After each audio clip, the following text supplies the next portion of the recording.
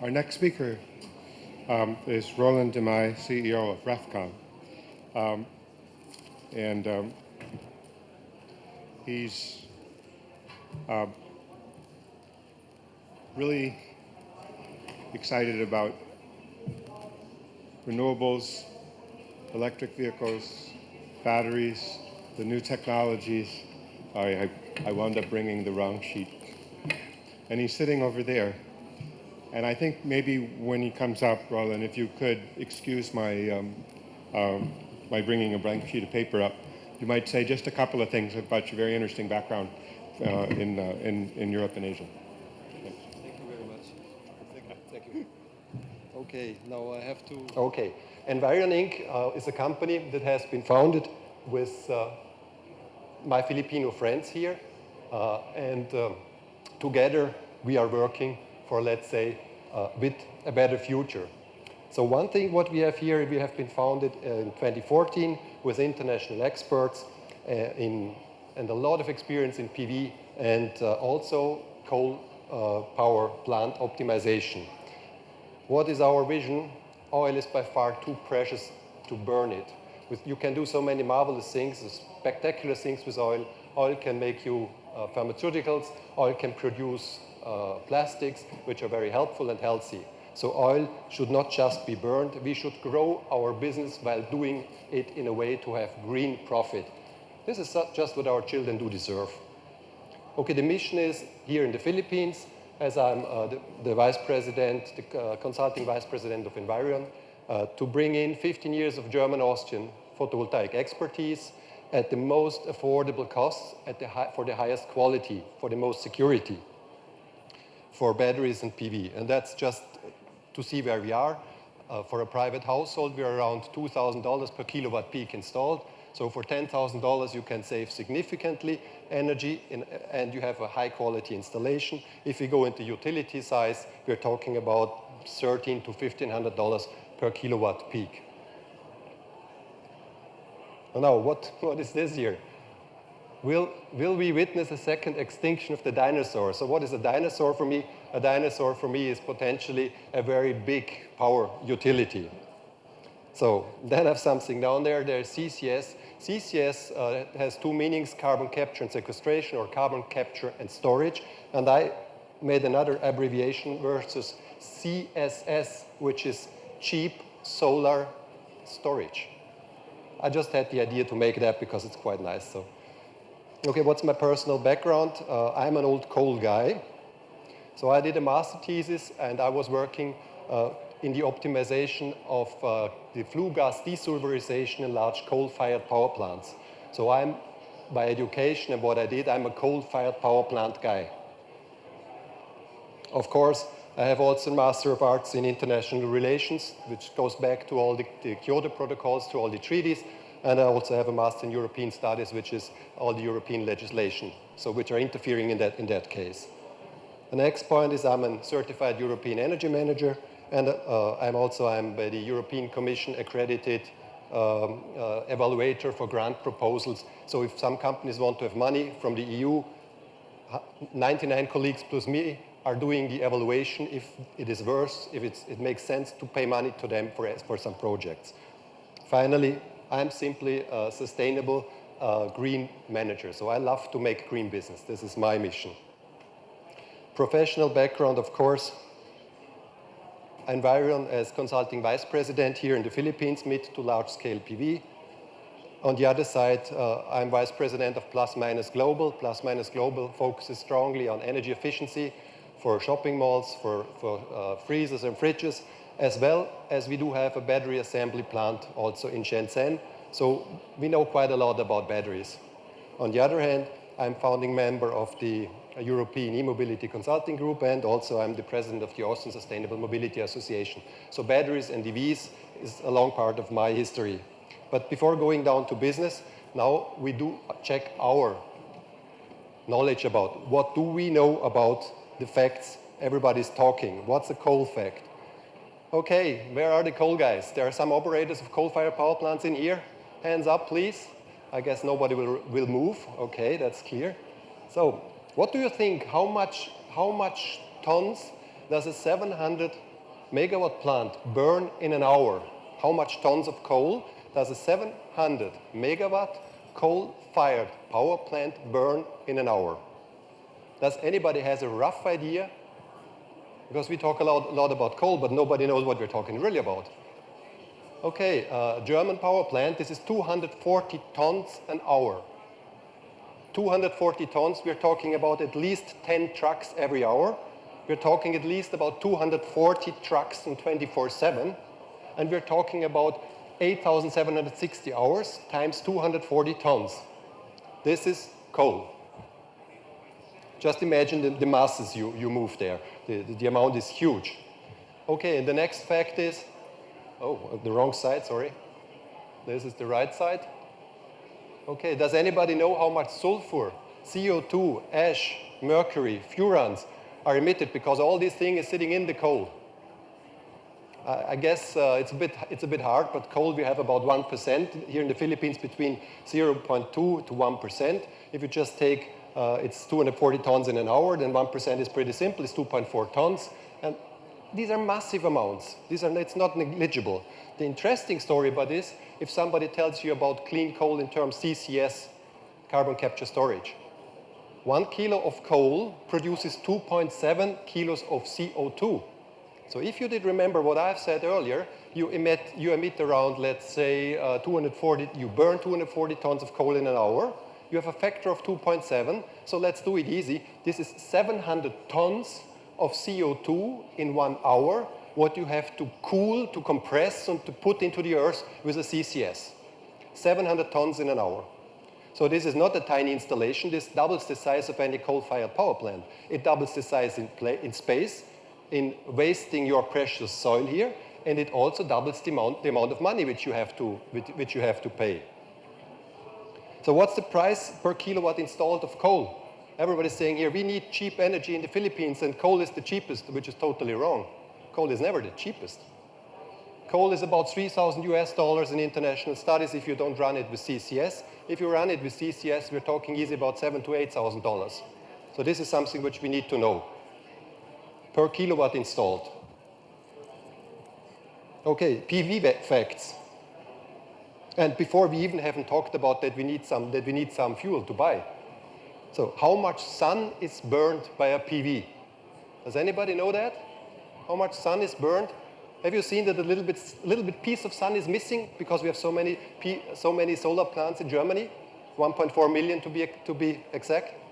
So I have not seen that a piece out of the sun is missing because we are taking so much sun in our PV solar power plants. So definitely we know there is nothing burned if we have a PV in harvesting. Of course, we have some raw material to produce this thing, and they are also not the nicest material. Fuel-induced residuals, how much ash, how much mercury, how much sulfur is emitted while having a solar power plant? We all know that literally zero. A little bit for producing the panels, but this is offset after a couple of months in terms of the energy which is produced. What is the price for kilowatt peak installed? I just mentioned it to you. It's between $1,300 versus $3,000 for coal, and let's say $2,000, $2,500 if you go on a private basis. So if you have your own roof at home with $10,000, you will reduce your electricity bill vastly. Okay, I've been talking about the lovely soil of the Philippines. So we love the Philippines a lot. We love to stay Boracay, Palawan, Davao, wherever. So we love the area. If we put a PV solar power plant, a ground-mounted somewhere, into a green meadow, it is, of course, the second best solution as long as we see this here, what you see there. And somebody of you will recognize that. This is Quezon City. There is a customer of us. So as long as we have roofs which are not covered with solar, we do not really need to put ground-mounted installations. Because a ground-mounted installation is something which really is not beneficial for the ground as long as you have a roof. Okay, why did I take the analogy with the dinosaur in terms of a power plant? This is pretty simple. This huge animal, this just grew up because it was fed all the time. It had enough food, excess food, and it was really, there was no danger for this animal around, and these animals did live a long time. What we see already, these guys have eaten up all the green around them, and we already know that these big guys, they seem to be big and powerful, but the tiny virus even can kill them. So size is not something which keeps you persisting forever. So size is just an effect of having a lot of resource, being fed totally, making a lot of money, and being protected by the environment politically and so on. Then you grow big. But there are some interesting pictures now to undermine that. So we had always the fact that the people are saying electricity from solar is expensive. So what you see here is quite actual data from the US government. The power purchase agreements in the US by the end of 2014 are down to $50 per megawatt hour, the most of them. So I do not know how much you calculate for your coal which you burn. At the moment, I think it will be not much less than this 5 cents per kilowatt hour or whatever. So it's not much less. So $50 for a megawatt hour is the agreed price for many solar power plants which has been built. This is really extremely cheap. And you see the trend. And this is the data from end of 2014, beginning 2015. Next thing is, if you look at that fact here, and this is even more interesting, this is a European study, also quite new. Today we are between 5 and 8 euro cents per kilowatt hour, and levelized cost of electricity, I guess that's, is it euro cents? Yes, I'm right. Okay, but look at the scenario. This is a scenario looking forward up to 2050. In 2050, it is estimated that we have about 1.8 to 4.4 euro cents per kilowatt hour as generation cost for PV. That means whatever you invest today in a coal-fired power plant here will have to compete in 10 years, in 5 years, in 15 years with these terrible low prices. That means what I tell you is, I hope I make you understand that we are able to save your investment, because if you invest now in a coal-fired power plant, this power plant will have to compete against incredible cheap solar, and then it doesn't make money. And then what you have invested is simply lost, because a coal power plant is not something which sits there for 2 years. It sits there for 40 years at least. So we see the trend, we know where the price is going, and we know what is happening in the future with the prices. And investing now, if you have the decision coal or solar, coal is a bit dangerous, as you have seen it from the trends here. Not in terms of that I'm a green guy or whatever. It's just the pure economic look into the future. Okay, then somebody says, oh, boys, unbelievable. That's a story. Hey, stop. You simply can't just go on with solar because we need electricity 24/7 and it must be reliable. But that's pretty much that. So, next one maybe. Yes. Oh, but what storage? What is the function of storage? Because we don't have sun after 6 o'clock, so we need probably some storage possibility. And this is just exactly the point where I can do this now. I take this thing here, because this is storage, you know? That's storage. It's nothing else. And what I do now is, I really was looking forward. Nice Filipino water. Okay, what it means. This thing can be filled and refilled, I guess, 1 million times. 1 million times. So what is then the cost for filling and emptying? That means the cost of storing water. If I can fill and empty this high technical device, which was made with about 1,000 degrees heat, which is made out of chemicals, which is made out of a lot of pressure, what is the price per fill and refill just for the storage function? We all know it. It's literally zero, because it's just combined to how often can I use it. So function of storage is simply to have something when I need it immediately. So battery facts today. This is a battery for water, by the way. So I have my water storage here. So we are down at around if we are buying cells, we are buying the cells at about $100 on cell level before we manufacture it. Large scale, of course. So that means a 10 kilowatt hour battery we can probably realize, including BMS and everything, and really a nice margin for us for about $2,200. That's a matter of fact. Electricity storage, what you really have to keep in mind, is a free byproduct of any EV. It's simply a byproduct. So it just comes with it. And as we see a lot of EVs in Europe, and maybe also sometimes in the Philippines, we get a lot of storage. The next point is the capacity of the batteries, and the price war is just beginning at the moment. We are talking at the moment in batteries about 10-fold increase of capacity for the same price with new technologies. So the conclusion is, forget about the cost of batteries, because you even will hardly calculate here the price if you can fill and empty this 1 million times. You will, because then the price is literally zero. And as we are doing quite a bit of battery consulting also, it is relatively clear that we have found the point why. I will explain it afterwards. So what's the nowadays situation? Something to compare. Yeah, that's a good thing. Okay, why did I take here an analogy? This factory you see, it is an ice cube factory. This ice cube factory is in the US. And this ice cube factory does nothing else than deliver something which was not storable for a long period. And it ended up in the ice industry in the US having a monopolistic operation. And of course, in the US by 1902, 1904, there was a combination of ice firms. I think it was called Consolidated Ice.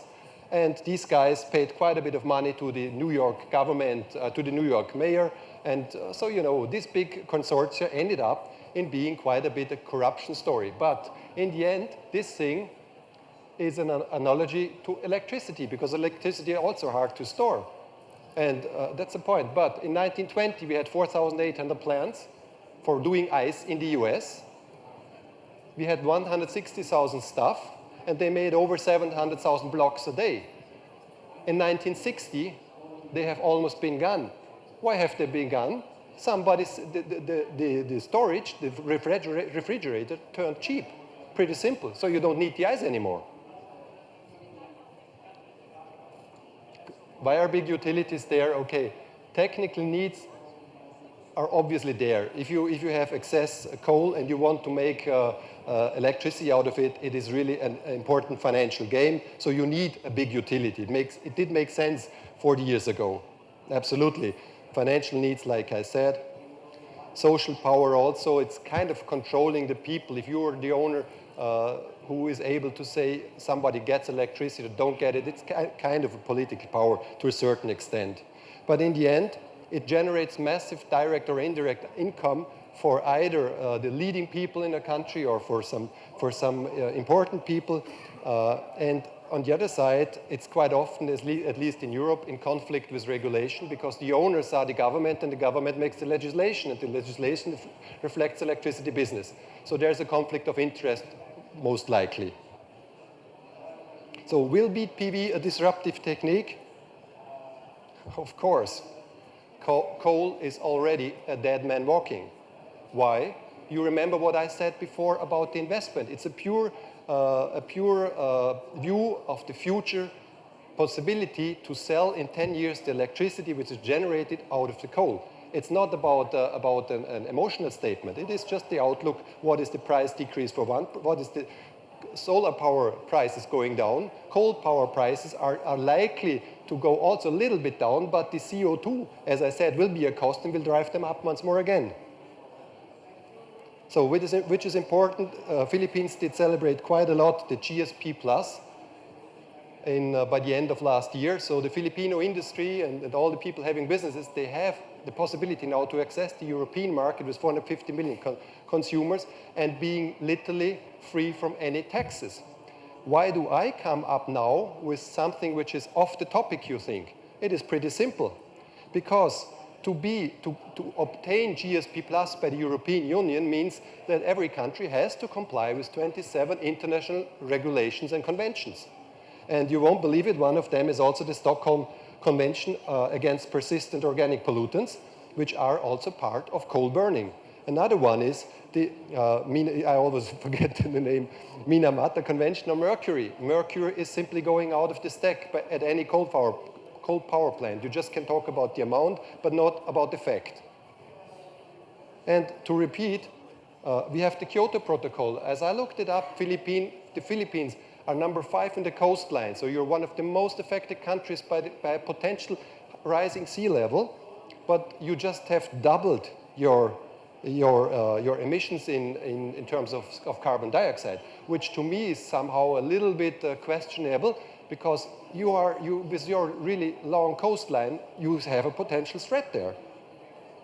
And if you have to comply with these rules and you simply do not comply with them, like Sri Lanka did it, you are in a potential danger that you're going to lose the GSP plus status and that all your industry will see tariffs on 9,000 products you like to export to the EU.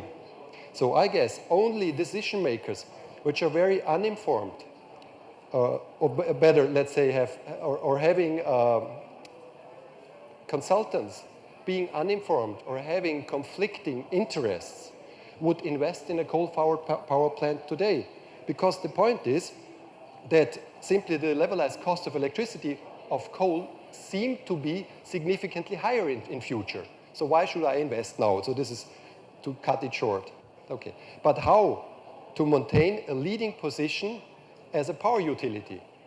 And there are ways, which I hope I can show a couple of them. One of them, the power utilities, they have a really strong network. They are integrated into the society, and they are a very, very positive player to the economic development in many countries. So, but they shouldn't complain about grid stability issues in terms of solar, which I could elaborate later. Energy business is pure finance business. So if there is a business to do, the power utilities have the possibility to finance future developments like they did 40 years ago while going coal. They can finance these businesses, and we maybe help them also with our resources. But the point is, finance is the key, and power utilities do have it. It's just about developing the right strategy. Then our idea is take together all the force, all the power you have, and to become a leader in decentralized generation and storage. We have the batteries. We can help in any way. We can give infrastructure, EV infrastructure, and whatever support. But in the end, you are the ones which are able to do it, because the power utilities do have access to the money, do have access to the decision makers, and they can change the world. And you have the future business really in your hand.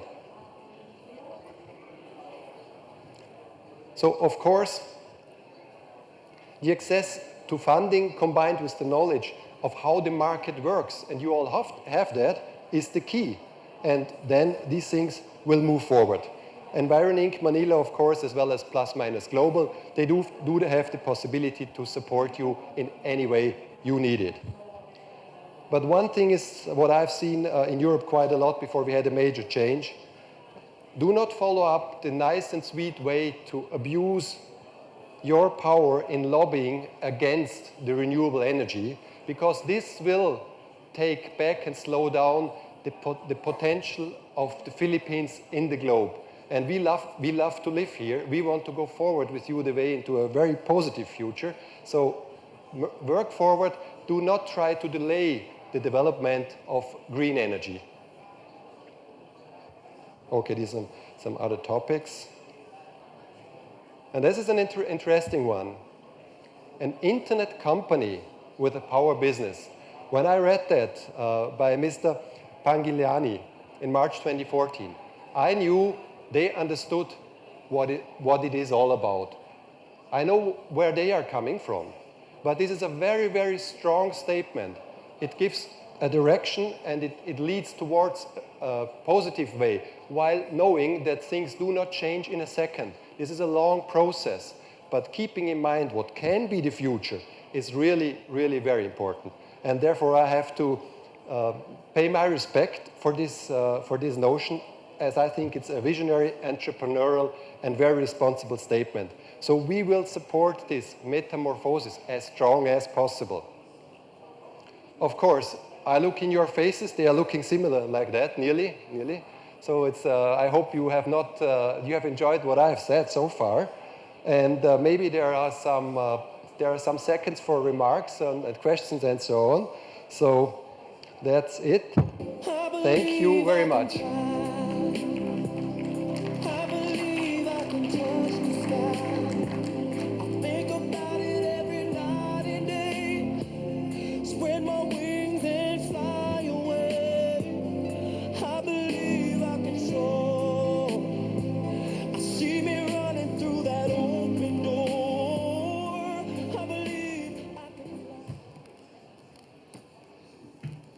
Do you want to do a question? Yeah, okay. Do you want to do some questions now? Let's do one question now. Why don't you come back up?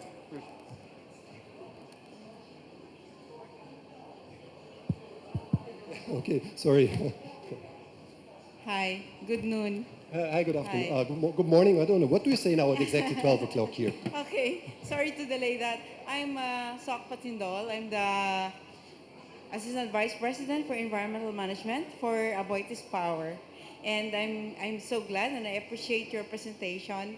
It's just that maybe you can talk about what are those, if you discuss about the resources that we need for the coal-fired power plants and the emissions, what are the resources that we need for establishing a solar power plant? And uh, do we have also sufficient resource, or do we have to mine them? And what what is the future of solar power plants in advanced countries like the European countries and the US? And how come that they are not into full development of the solar power plants? Thank you so much. Yes, thank you very much for the question. I'm really happy that you give me the chance to make one significant statement. 6th of June 2014, and do we agree that Germany is a developed country? I know this is a question. I think we agree on that. Yeah. Do we agree that they need a lot of electricity? I guess also. So okay. 6th of June 2014, of course it was a Sunday, so we haven't had the highest load.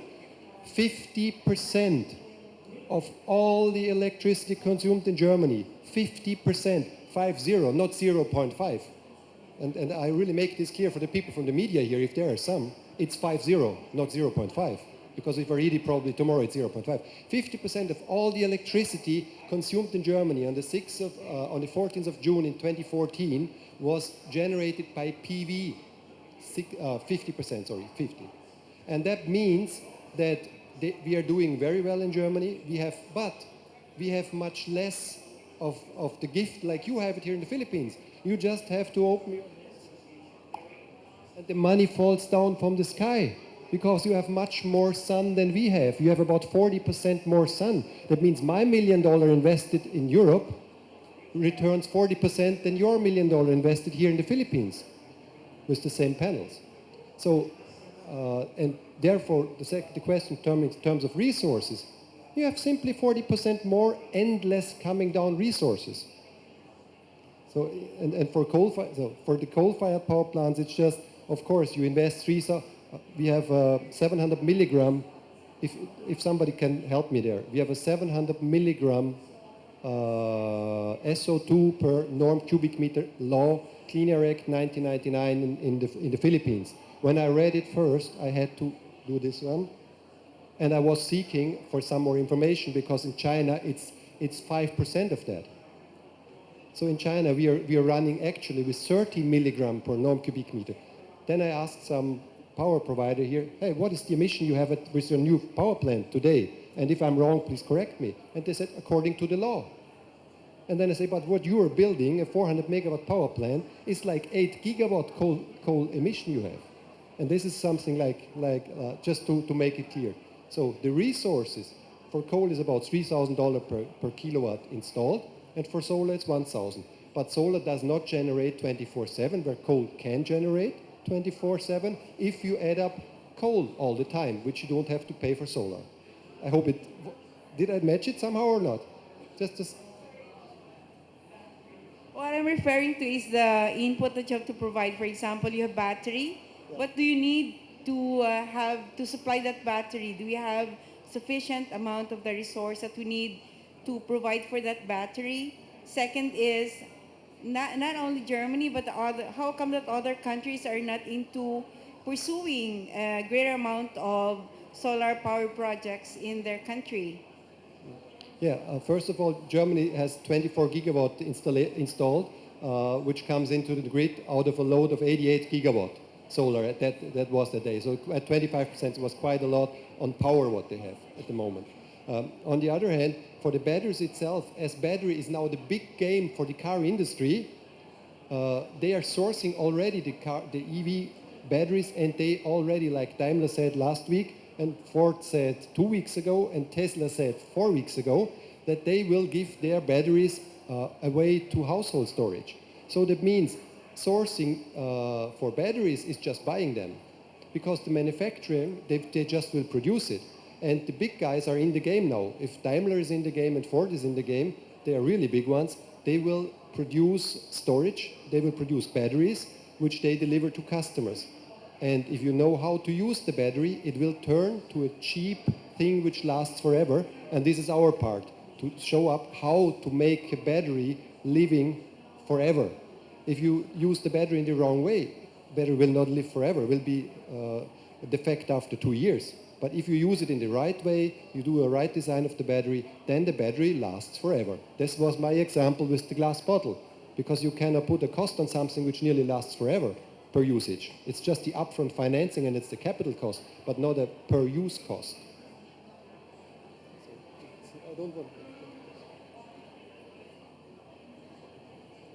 Thank you so much, Raul Sanyel from Samsung One.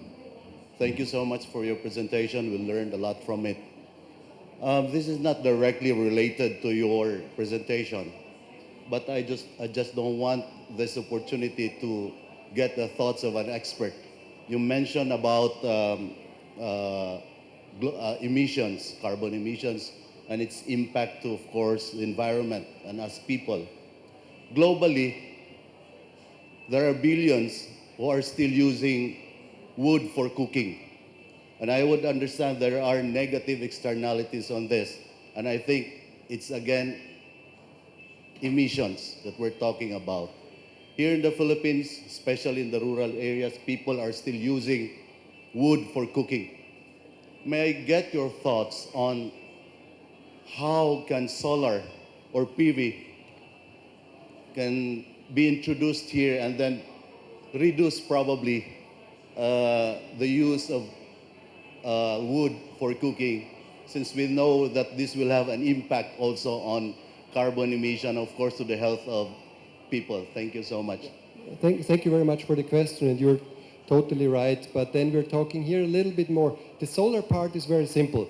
Take a small battery, add up an LED light, and you have, for a couple of cents, you can create a light for rural electrification. We have met a friend here who developed such a project. I was really amazed. I think it was Silva Navarro who has such a project in his pocket. He's a Filipino, spectacular product. So this is the light issue. Of course, you have now the issue of charging a cell phone. In the rural areas, even the people do have cell phones, so you need to charge them somewhere. So the battery might be a little bit bigger and a little bit of solar.